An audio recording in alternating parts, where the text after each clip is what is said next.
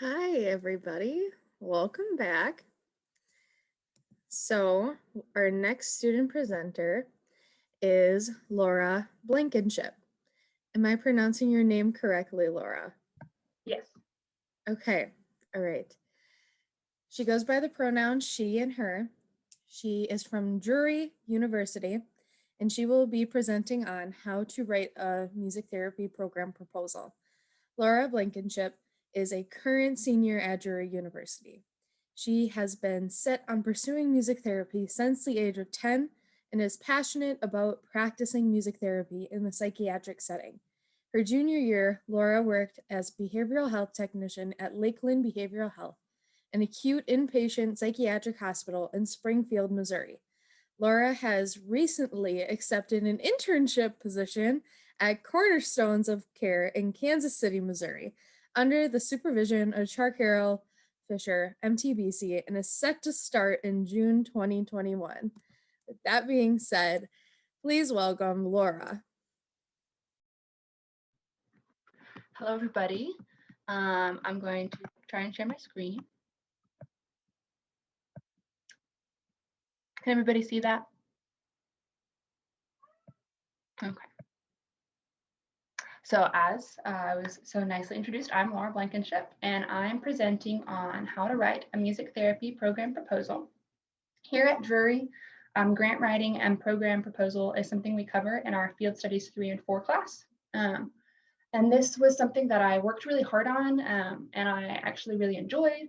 And one of my fellow students actually said, you should present that at a conference. Like, that was really good. And I don't know if other programs teach about program writing, but if not, I think it's very valuable. And if they do, everybody I'm sure does it a little bit differently. So I was just basically going to go through my process of how I wrote mine and then use my example for the proposal that I did write to kind of show you what all the steps kind of look like. So this is definitely a how-to. That'll be a steps 1 through however many. And then after each step, I'll show you mine and how I did it. So first off, why would I need to write a program proposal? And basically, it's just to create a music therapy program in a setting where there's not currently one. So it's to create new jobs for you. And sometimes as the music therapist, we may be more aware of clients who may need or benefit from music therapy than perhaps the client themselves or the facility themselves. And sometimes you have to kind of sell yourself a little bit and to show them, hey, I could help you and here's why. So it's kind of an education thing. So step 1 is brainstorm the who.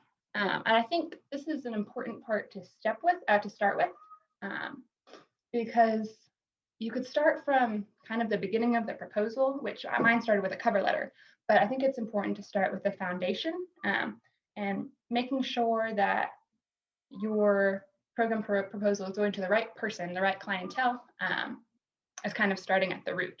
So you got to think who would benefit from music therapy. And so for my program proposal, I proposed a program at Lakeland Behavioral Health System, which is an inpatient acute psychiatric hospital in Springfield, Missouri, where I worked, as I said earlier. And so I chose this because I had inside knowledge. I know how the facility works. I could see where there may be needs for music therapy, and I also have connections with the staff there. Step 2 is write the statement of need. So again, this is not the first thing that you will present in your proposal when you give it to your entity, but I think it's a good place to start so you can kind of grow your idea from there. So you are looking for a problem in the facility, in the population, and a problem that you can fill with music therapy. So statement of need explains why do they need music therapy and how will they benefit from it. And in order to write this effectively, it's important to put yourself in their shoes and determine or use their goals and values as a kind of as guidance. Kind of similarly to how you look at your patient's goals and values and what they need, you kind of can look at the entity as your patient. How can I help you? And what will I do? So this is my description of need. I don't know if you can see it all because of the bar at the top for the Zoom. But it says statement of need as the title. And I have highlighted the things that are important because it can be a bit wordy. But in blue is the thesis statement, which is the main idea of what's the need. And that says, though intended to be therapeutic and healing, hospitalization itself is often additionally distressing. So the problem is patients come to the hospital because they're in distress, but then coming to the hospital causes further distress, which is definitely not the goal of the hospital. And so kind of to prove that, I provided this description in orange, kind of to paint a picture for the staff members and the people in charge of what it's like to be a patient at Lakeland. So I was quite proud of this description, so I'll just go ahead and read it to you. I'm gonna move this little box. Okay. Imagine the following. After a significantly traumatic event, you are taken from your familiar environment and placed in a locked facility. Strangers tell you to undress and put on clothing that is not yours. They take your belongings and lock them up and place you in a room with a stranger. You are told what to do and how to act by people you have just met and do not yet trust. You are alone in a facility where you know nobody. You do not know how long you will be there or what will happen while you are there. And it is here, in this strange locked hospital environment, that you're supposed to process the distressing events that brought you here in the first place. This is scary. So that kind of delves into some like creative capacities to really get the point across that the hospital's scary and we might need something to help alleviate that for the hospital to be more effective. And then in the green, I've highlighted just my credibility that I didn't make all this up. I worked there, I saw this. And then in the yellow, I have kind of reiterated why this is urgent. And it's basically just saying that because we are re-traumatizing the patients by putting them in this like kind of very unnatural environment, we're locking them up and taking all their things away for their safety, we are preventing them from receiving the treatment that they came for. So that's directly connected to the hospital's goals. I'm saying that this problem keeps you from achieving what you want to achieve. So I've hooked, this is a problem you got to take care of. And so next, oops, can I go next? There it goes. Okay, step 3. I've got my little superhero, music therapy to the rescue. So you've given the problem, it's really important, we have to solve it. What are we going to do? And I'm going to show you that music therapy is the answer. And the key to this is creating the right problem or identifying the right problem, because there's plenty of things that I could pick out for a facility, but I need to make sure I know ahead of time as I'm writing this what music therapy can achieve. So you set up the problem and then you provide yourself as the answer. So to do this, I have basically just organized it with evidence and then a conclusion. So I can't really see this. But in the top, I have my first piece of evidence that basically says music therapy has been found to, sorry, I can't really see it, but individual music therapy sessions for adolescents in acute psychiatric care has been found to be effective in creating a safe atmosphere, secure connection, and building a foundation to reduce future emotional anxieties. And so that is kind of the initial problem that I have pointed out in my statement of need, that things are re-traumatizing, and I'm saying, here, look, music therapy can initially establish a safe and secure environment and reduce further issues, which is the problem that I set up. And so from that piece of evidence, I've concluded that I need individual music therapy assessment upon intake. So that follows. And then my second piece of evidence, which is actually kind of a secondary problem, is basically just the overall goals of the facility. So the evidence I've used for that is adolescents in psychiatric inpatient settings have also reported music therapy programming to be helpful in elevating mood and reducing anxiety and depression symptoms. So in a behavioral health facility, elevated mood, anxiety, and depression symptoms are just general goals for most of the patients. So I'm basically positing music therapy as a supplemental therapy that will be in line with what the hospital wants to do. And so my conclusion from that is that we should implement daily music therapy groups on the adolescent units.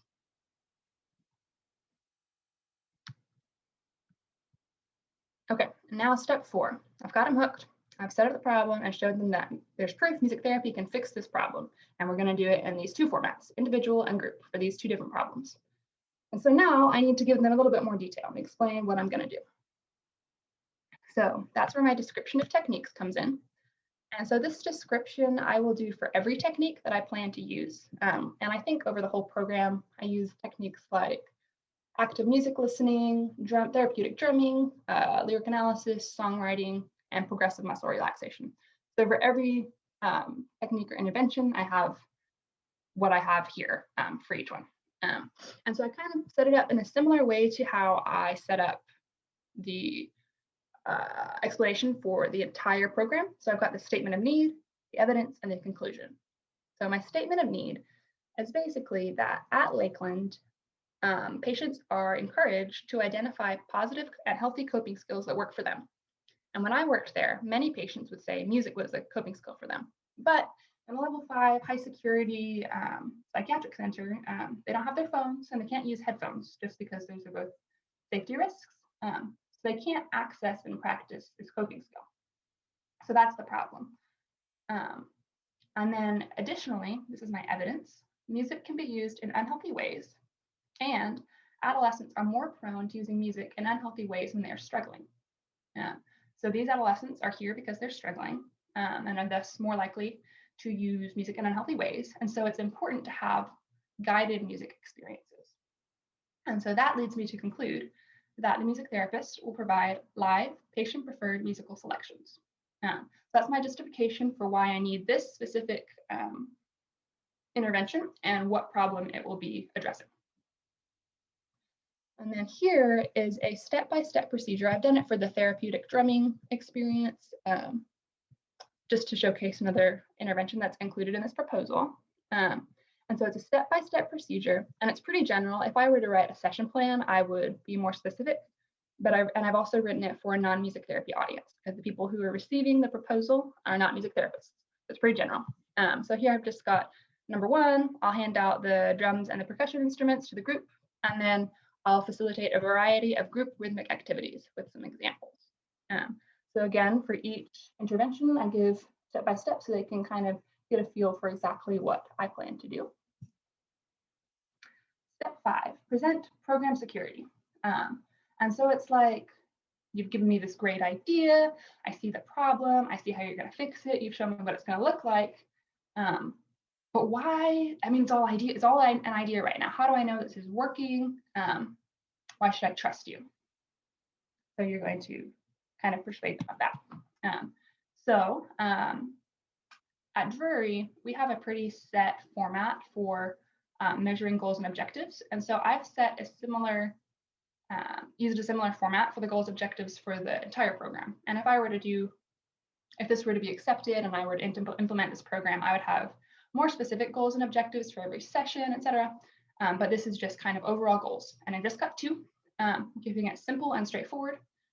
So I have 2 formats of music therapy. We've got the individual and the group. And so the individual has one goal, which is to decrease patient agitation. And the group programming goal is to improve patient mood. And then I've got the criteria underneath it it's all straightforward and very concise. And then also you can see these numbers, 50% of participants, 25% reduction. Those are kind of low, but that's on purpose. It's better to overachieve your goal. It's something that my professor for this class kind of really hammered in. If you set it low and you achieve it and you go above and beyond, that looks a lot better than kind of setting it too high and not reaching it. And so for each goal, kind of do a similar sort of method. Just kind of explaining the objective a little bit more of like, okay, that makes sense, but what does that mean? So the method is here in blue. I'm going to measure improved patient mood, which is the goal for the group music therapy programming, by a pre and post session mood assessment. And so the arrows, you can see step 1 is the pre-session, and then step 2 is the post session. I'm going to ask at the beginning and at the end. And then mood assessment is going to be recorded on this 5-point scale. So that's how I'm going to do it. And then in the orange, so I will collect that information at the beginning and end of every group. And then the criteria says, how will I know if I've achieved my goal? And so that's actually, you can see the big orange arrow that's been written out in my objective 1.1, but in step 6, I've kind of just reiterated it and clarified it a little bit. So it's like, if an average of 50% or more participants in the music therapy program report improvement in mood from pre to post test after 6 months, then we've met our goal. And then in green, it's basically just like, okay, what if that doesn't happen? And I think it's important to include those sort of that sort of information because it adds to your credibility. It's recognizing that I don't know what's going to happen. I really believe in this, but if it doesn't, here's what I would do. I would be able to manage failure and fix it, basically, because I've said if we don't meet the goal, I'll evaluate why and readjust the program.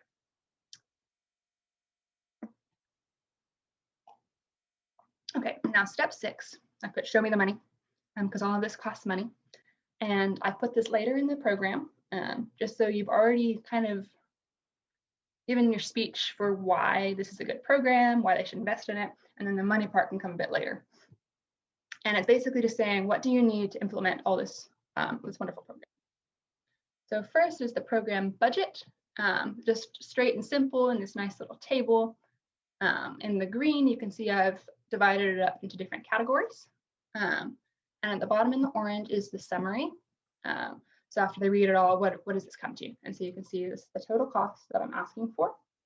And then the in-kind donations is something that I learned about in class, which is things that we need, but the facility probably already has. So it's not going to cost money up front, but we still understand that this has value. And so that's down here in the utilities, like office space and printing materials. And then quantity, all of these costs are for one item. And so if you need more than one, then you double the cost that you put there. And then for each item on your budget, you need to, well, I was told to justify why I need this. So in the green, you can see the statement of need, so this is the 2 guitars that I'm asking for. And the reason we need these is because of the liability involved in working at a behavioral health hospital. So I've said that the music therapists have their own, but we're asking for guitars specific to the facility so that our personal guitars do not get damaged. And then the justification is for why have I chosen this specific guitar? And it's important to justify, especially the musical instrument choices, as you are the music therapist and you are the musician, you know what you need. And if somebody else is buying things for you, they may have different criteria. And so my justification is a Taylor brand guitar is high quality and reliable. And then the model that I've chosen specifically is more affordable and portable. And so for each item on the budget, I would go through this process, tell them why I need this and why I chose this one.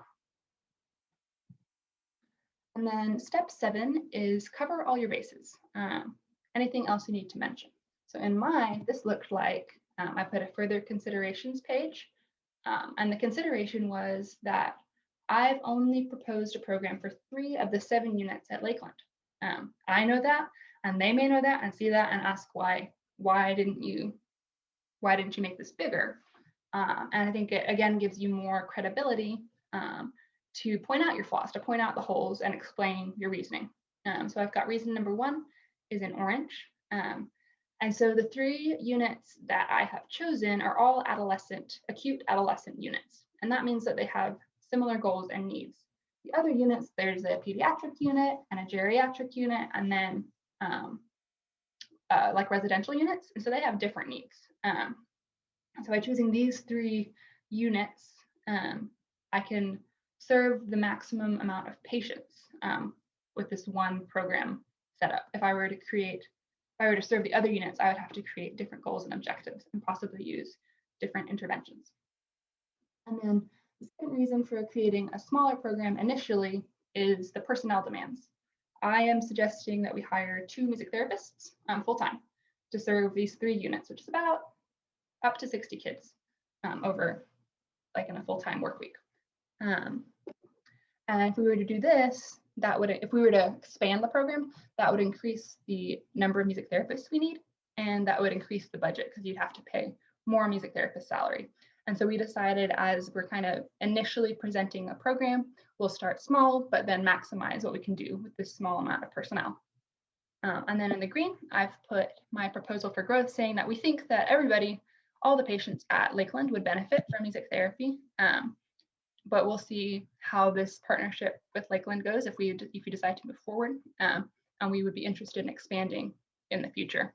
And that mentioning of expanding in the future is good to put from the outset, just so they know kind of what the plan you have is. And then step 8, these are just formalities. These are basically the things that go at the beginning and the end of your grant proposal that I didn't write until the end. So you can see here just your standard professional references page and your contents page. There's a lot of data and evidence in supporting every intervention, music therapy itself, and that really gives yourself credibility. They can see all the research that supports what you're trying to implement. So that's just a normal reference page. And then the contents page, this proposal is 18 or 19 pages. So having kind of a roadmap in there is good to, they can find their way around pretty easily. This is my cover letter, also pretty simple. It's important to make sure you write your cover letter to the right person. This is to Mark David, who is a real person that works at Lakeland, and he's the, as you can see, Director of Rehabilitation Services.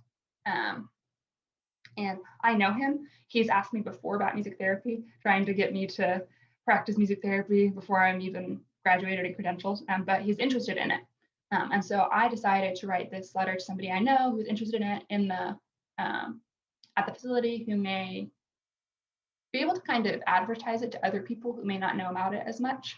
And then right up front in the green, you can see I've showed how much I'm asking for. And then what am I asking for the money for, which is in the blue. I want to create a music therapy department. And then in the orange is the why, explaining just kind of real simple background information about what music therapy is, how it can help the patients at Lakeland, and just giving some research there right off the bat. And it's real, just concise and simple, so they know what they're getting into.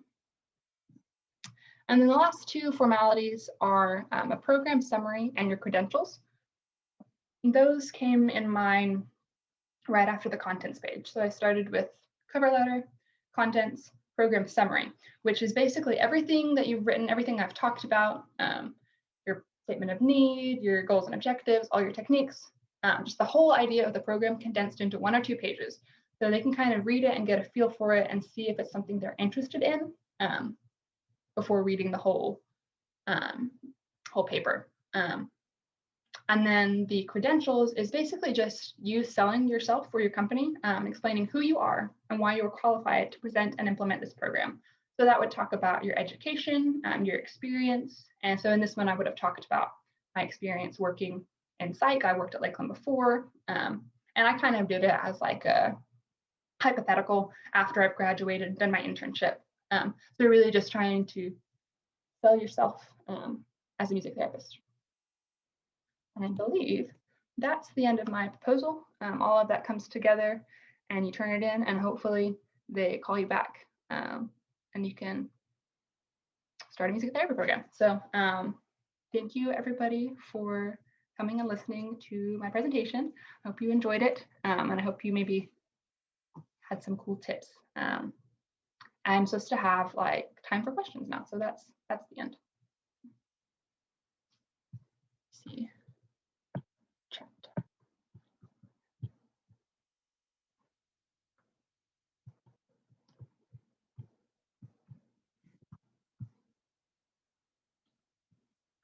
Yeah, I think I could probably share the slides.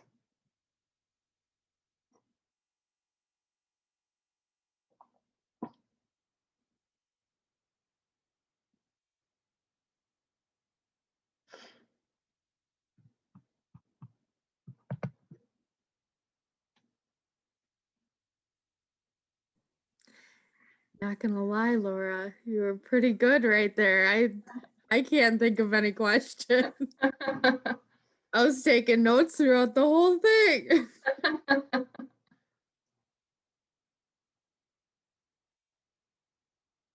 Oh, how do you navigate program proposal when you have limited information on the facility?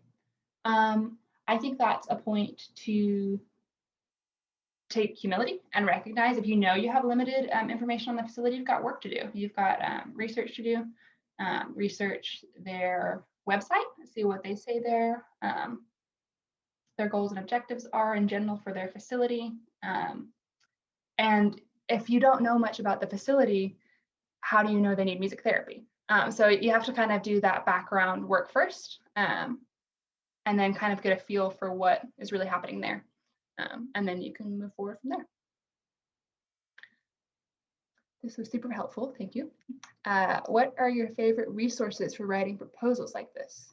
Oh, so this is my first one. I've only ever written one. And I don't know, I mean, I just looked up like music therapy studies for my evidence. We had a class where we learned about it. And so she kind of gave us a little bit of a rundown and kind of the parts she wanted us to include. But I kind of just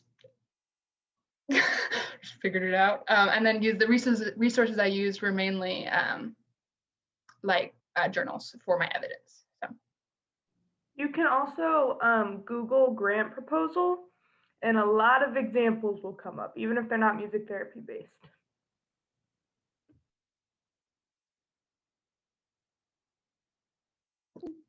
Cool. Well, if no one else has any questions for Laura, just want to give another virtual round of applause for her presentation. That was really awesome. A lot of great information.